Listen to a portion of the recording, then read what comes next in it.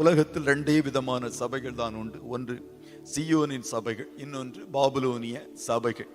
சீயோனின் சபை கர்த்தரை உண்மையாய், சபை என்றால் கட்டிடம் அல்ல, விசுவாசிகள், அவர்கள் உண்மையாய் கர்த்தரை தேடுகிறவர்களாய் காணப்படுவார்கள்.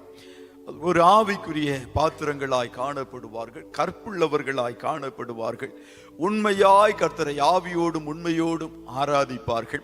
பரிசுத்தத்தை குறித்து இன்னும் பரிசுத்தமாக வேண்டும் என்ற ஒரு வாஞ்சை அவர்களுக்குள்ளாய் காணப்படும். கரைதிரை ஒன்றும் இல்லாதபடி ஆண்டவருடைய வருகையை எதிர்நோக்கி காணப்படுகிற புத்தியுள்ள பாத்திரங்களாய் காணப்படுகிறவர்கள் தான் சீயோனின் கூட்டமாய் காணப்படுகிறார்கள்.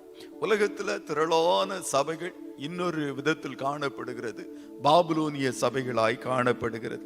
கரைபட்டு போன உபதேச கோளாறுகள், ஆராதனை கோளாறுகள், பலவிதமான காரியங்கள் உலகம் சபைக்குள்ளாய் காணப்படும். உலகத்தில் காணப்படுகிற எல்லா நாட்டம் பாட்டங்கள் சபைக்குள்ளாய் காணப்படும். எல்லா விதமான உலகத்தின் காரியங்கள் முழுவதுமாய் காணப்படும். அங்கே இயேசு மாத்திரம் காணப்பட மாட்டார்.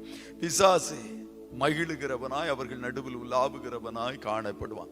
இதுதான் பாபிலோனிய சபை. ஒரு நாளும் கர்த்தருடைய ஜனம், சீயோனின் கூட்டம், ஒரு நாளும் இப்படிப்பட்ட பாபிலோனிய சபைகள் மேல் உங்கள் கண்களை நீங்கள் திருப்பி விடக்கூடாது. உலகத்தில் எந்த பகுதிகளில் நீங்கள் காணப்பட்டாலும் சரி, சபை என்பது உங்கள் வாழ்க்கையில் நீங்கள் சூஸ் செய்கிற சர்ச், அது ஹெவனுக்கும் ஹெல்லுக்கும் உள்ள ஒரு வித்தியாசமாய் காணப்படுகிறது. ஜெபிக்காதபடி ஒரு நாள் நீங்கள் சபையை தெரிந்தெடுக்க கூடாது. உலகத்துல ஒரு வேலையை தெரிந்தெடுக்கலாம், சில வேளைகளில் வேறு காரியங்களை தெரிந்தெடுத்து விடலாம், தவறுகள் நடந்தால் திருத்திக் கொள்ளலாம். ஆனால் ஒரு மனுஷன் ஒரு தவறான சபையை தெரிந்தெடுத்து அங்கே கடந்து சென்று ஆராதிக்கிறவனாய் காணப்படுவான் என்றால் நித்திய அக்கினியில் இருந்து அவன் தப்ப வழியே கிடையாது. ஆகையால் தான் அதிக ஜபத்தோடு சீயோன் சபையை எந்த பகுதியில் எந்த இடங்களில் நீங்கள் காணப்பட்டாலும் ஜனங்களை திருப்திப்படுத்துவதற்காக, தலைவர்களை திருப்திப்படுத்துவதற்காக, ஊழியர்களை திருப்திப்படுத்துவதற்காக, என்னுடைய இனத்தான், என்னுடைய கோத்திரத்தான், என்னுடைய குடும்பத்தை சேர்ந்தவன் என்றெல்லாம் அதெல்லாம் முக்கியம் கிடையாது.